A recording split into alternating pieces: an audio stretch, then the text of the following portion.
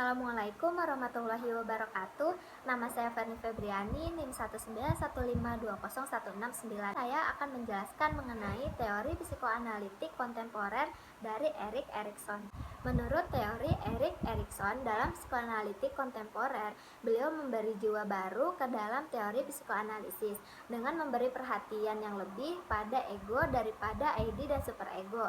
Erikson menyatakan bahwa struktur kepribadian manusia itu dibagi menjadi tiga. Yang pertama itu ego kreatif. Ego kreatif itu adalah ego yang dapat menemukan pemecahan kreatif atas masalah yang terjadi dalam kehidupan manusia. Kedua itu ego otonomi fungsional, yaitu ego yang berfokus pada penyesuaian ego terhadap realita. Yang ketiga itu pengaruh masyarakat, yaitu pembentuk bagian terbesar dari ego. Tujuan psikologi Erikson itu untuk menekankan kesadaran individu untuk menyesuaikan diri dari pengaruh sosial dan untuk menekankan bahwa perubahan pada setiap perkembangan itu sangat penting. Erikson menemukan tiga aspek yang saling berhubungan, yaitu body ego, ego ideal, dan ego identity. Yang pertama, body ego. Body ego itu adalah pengalaman individu terkait dengan tubuhnya sendiri. Yang kedua, ego ideal, suatu gambaran terkait dengan konsep diri yang sempurna. Ketiga, ego identity adalah gambaran yang dimiliki individu terkait dengan diri yang melakukan peran sosial pada lingkungan. Menurut Erikson ada 8 tahap perkembangan psikososial. Pertama itu tahap bayi. Pada fase ini itu untuk memasukkan bukan hanya melalui mulut tetapi dari semua indera. Yang kedua, tahap anak itu dapat mengontrol fungsi tubuh.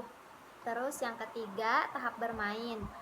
Fase ini anak mengidentifikasi dengan orang tua, mengembangkan keterampilan rasa ingin tahu. Terus yang keempat, sekolah. Pada fase ini keingintahuan menjadi semakin kuat. Yang kelima itu fase remaja, di mana pada fase ini fase ingin mencoba-coba. Yang keenam, dewasa awal, di mana pada fase ini untuk mencari pengalaman dan identitas diri. Yang ketujuh itu dewasa, ya, pada fase ini itu untuk menempatkan diri di masyarakat. Yang kedelapan, usia tua, di mana pada usia ini waktu orang senang bermain, menyenangkan, dan keajaiban. Nah, kelebihan teori Erikson ini menekankan kesadaran individu untuk menyesuaikan diri dengan pengaruh sosial.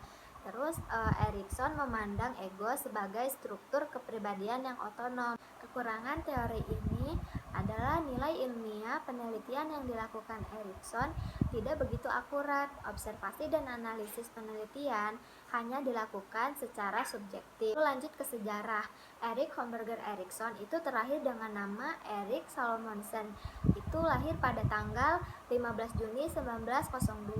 Nah, dia adalah seorang pakar psikologi perkembangan dan psikoanalisis berkebangsaan Jerman.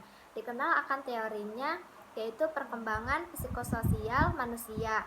Nah, ketika sedang mengajar seni di sebuah sekolah di Wina, ia mendapati sekolah tersebut mempraktekkan teori psikoanalisis anak dari Sigmund Freud, yaitu Anna Freud. Nah, Anna melihat kepedulian Erikson kepada anak-anak, lalu menyarankan agar Erikson mempelajari psikoanalisis di Institut Psikoanalisis di Wina. Nah, di sana dengan pengajaran dari para ahli, Erikson mempelajari spesialisasi tentang analisa psikologi pada anak-anak dan mempelajari metode Montessori dalam pendidikan yang memfokuskan pada perkembangan anak dan tingkatan seksualnya. Lalu pada tahun 1933, Erikson dan keluarganya pindah ke Amerika Serikat dan menjadi ahli psikoanalisis anak pertama di Boston. Nah, ia mulai memperdalam ketertarikannya pada psikoanalisis dan mengembangkan hubungan antara psikologi dan antropologi.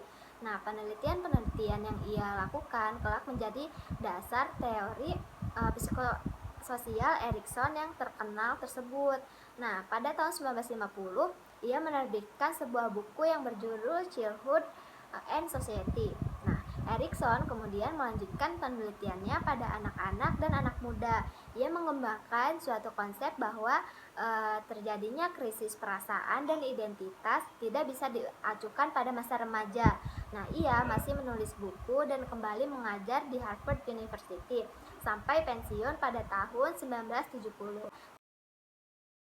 Assalamualaikum warahmatullahi wabarakatuh.